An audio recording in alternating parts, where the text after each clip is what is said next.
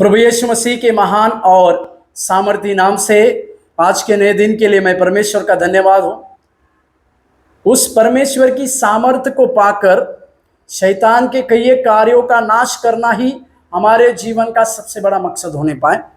भजन संहिता 68 और उसका 8वां वचन, भजन संहिता 68 और 8 वचन को देखे। तब पृथ्वी कांप उठी और आकाश भी परमेश्वर के सामने टपकने लगा। उधर सीने पर्वत परमेश्वर, हाँ, इज़राइल के परमेश्वर के सामने कांप उठा। इज़राइलियों का ये विजय का गान के बारे में राजा दाऊद लिखते हैं।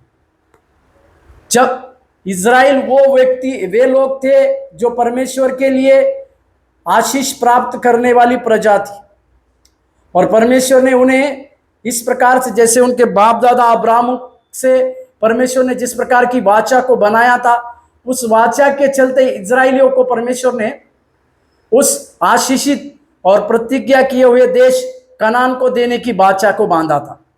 और इसी में जब जब इज़राइली लोग विजय प्राप्त करते थे, लाल समुद्र में परमेश्वर के द्वारा एक बड़ी विजय की बात को ना केवल इज़राइली लोगों ने देखा, परंतु साथ ही साथ जिस शत्रुओं से वे डरते थे उनका पूरी रीति से परमेश्वर ने नाश किया। मैं इस प्रकार से कहूं, उनको नाश होते हुए भी इज़राइली लोग अपने आंखों से देख पाए। इसके लिए थोड़ी देर पहले ही परमेश्वर ने उस लाल समुद्र पार करने से पहले इसी प्रकार की बातों को उनको कहा था। इसी के लिए इज़राइल का ये विजय का गीत है। परमेश्वर हमें विजय देने वाला सामर्थी प्रभु है।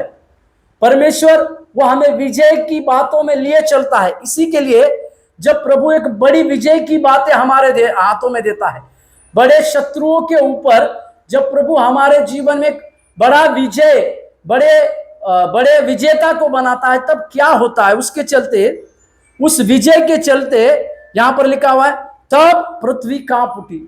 परमेश्वर जब बड़ा विजय, जो मनुष्य के लिए असंभव लगता है, मनुष्य के लिए जो कठिन लगता है, मनुष्य के लिए उस विजय को दिखेगा ही नहीं, इस प्रकार की बातें होती हैं, तब परमेश्वर अपना भुजबल को दिखाता है।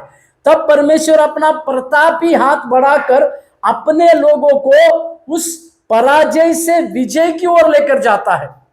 निर्बलता से बल देने वाले परमेश्वर की ओर आता है और असहाय से सामर्थी पर जा बनाता है। तब परमेश्वर की उस बातों को देखने के बाद जब परमेश्वर अपना प्रताप को प्रकट करता है, भूमि कांप उठती है और आकाश परमेश्वर के सामने टपकने लगता है। इसका मतलब जो भूमि और आकाश को परमेश्वर ने अपने शब्दों के द्वारा बनाया, वे भी जब परमेश्वर बड़े आश्चर्य कर्म के साथ, बड़े अद्भुत बातों के साथ जब अपने लोगों को एक विजय देता है, तो वे भी कांपते हैं। और तीसरी चीज, सीने पर्वत परमेश्वर, हाँ, इज़राइल के परमेश्वर के सामने कांप उठा। मतलब ये पृथ्वी, आकाश और ये सीने पर्वत जो है, ये सीने पर्वत जहां पर परमेश्वर की बातें, परमेश्वर की उपस्थिति की बातें रहती है, वो पर्वत भी परमेश्वर के सम्मुख कांप उठता है। मतलब परमेश्वर ना केवल अपने लोगों को विजय की बातों को देते हैं, विजय का प्रताप दिखाने के बाद अपना सामर्थ, अपना भुजबल को दिखाते हैं और लोगों के ऊपर ये प्रकट करते हैं। वो ही सच्चा परमेश्वर है। आज इसी चीज को हम अपने जीवन में सीखे और आगे की ओर बढ़ने पाए। प्रभु आपको आशीष दे। धन्यवाद।